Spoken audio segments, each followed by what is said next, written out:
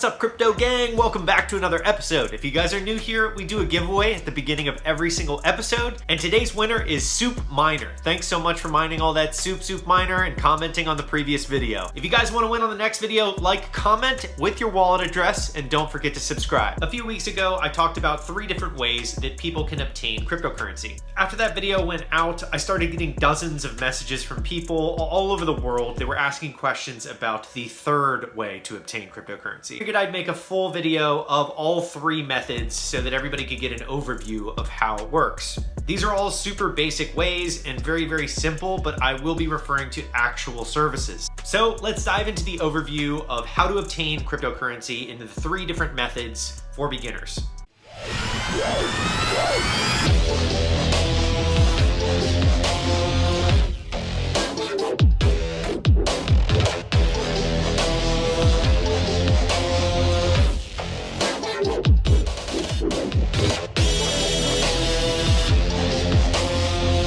The first way to obtain cryptocurrency nowadays is through purchasing/investing. Under this first category of investing/buying crypto, there are exchanges. So the top exchanges are Coinbase in the United States and the UK.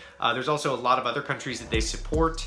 And also Binance. People go to Binance for the top altcoins, and many people go to Coinbase for the kind of blue chip top dog coins. This is where you can go and purchase cryptocurrency using your bank account, exchanging fiat currency for crypto. There are dozens, if not hundreds, of exchanges all over the world currently, and probably one starting every single day. They are custodial services. Your private keys are not in your possession, so the best thing you can do is verify and make sure that your account is secure. The best way to do that is not through SMS because of SIM swap exploits that have been going around all over the internet now. Even with top providers like AT&T and T-Mobile, hackers are able to swap SIMs. So SMS is not the best way. Number one way I recommend securing your exchange accounts is through the Authentication app by Google. Taking that even one layer deeper, when I talked to Crypto Wendy O on a previous video, she actually was using an offline device for that Google Authenticator app. Even if you lose your phone or your phone gets stolen, you still have those codes to get into the exchange. Now that we've covered the 2 800-pound gorilla exchanges and how to secure and double secure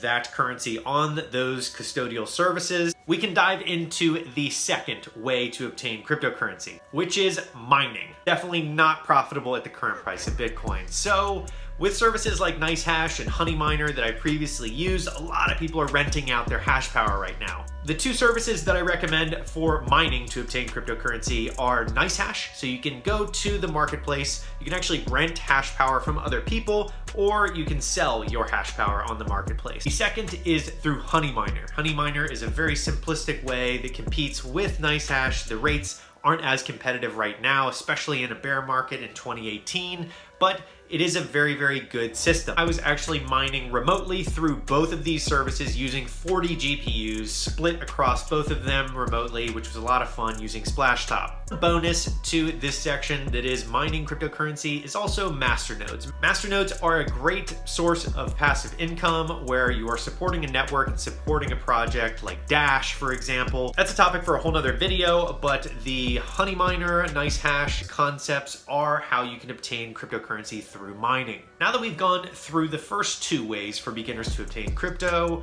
the last one is a very underrepresented method. This is earning cryptocurrency. I watched the CTO of Coinbase speak a couple of weeks ago at San Francisco Blockchain Week, and one of the things that he was talking about was about how earning cryptocurrency can reach the unbanked. At the same time, he is a little biased. He started the company earn.com that was acquired by Coinbase. However, it is a revolutionary concept because people with an internet connection anywhere in the world can obtain currency. And part of what makes this so revolutionary is that it's not through a bank account. There is no central authority. If it's a decentralized project, they are able to obtain cryptocurrency and tokens through an account that is not controlled by a central authority. To people in places where internet access is scarce and they don't have banks, this is kind of a revolutionary concept. As you guys know, a project I've been working on is called AC3, and that is pioneering the earning cryptocurrency space. Concept is simple. Brands sign up for campaigns with small tasks for people to complete in order to earn an educational piece of content or just a quality piece of content. Whether it's signing up for an email list post or liking someone on Twitter or following someone on Instagram.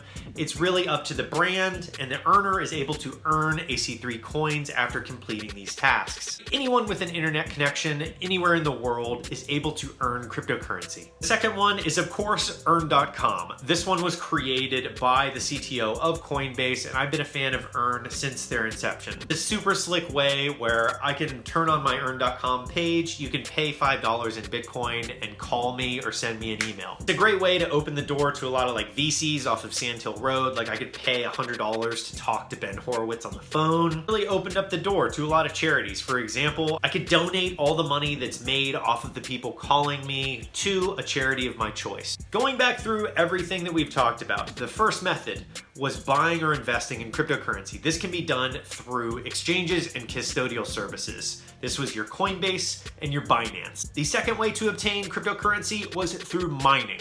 This could be done through NiceHash, this could be done through Honey Miner, a couple of other services, and I recommend checking out Masternodes. And the third, but definitely not least, is earning cryptocurrency. This is by far the most underrepresented, pioneered space, which is why I'm excited to be part of it. And the company called AC3, the one that I'm part of, is definitely one of the front runners. The second one there is earn.com, where you can pay some money to call people or send someone an email and donate that money to a charity. Invest, mine, or earn. You got 3 options, and it is a very exciting time because they're all very new. I'm most excited about earning because it opens the door to the unbanked, very much so. You don't necessarily need too much skin in the game to be involved. Part of my passion is education, and I want people to be able to earn education regardless of their background, their bank account, whatever. Anyone should have the ability to log onto the internet and earn an educational course or a piece of content that they want access to. Once again, as a disclaimer, I am involved in AC3. I love the project. I love the mission. I'm definitely going to be putting a link to all of these in the description below so you guys can check them all out, and let me know which ones are your favorite in the comment section below. That's it for this overview of the 3 ways to obtain cryptocurrency, and I hope you guys liked it. If you did, slap a like. If you guys are new here, don't forget to subscribe, and I'll see you on the next episode of Hack Crypto.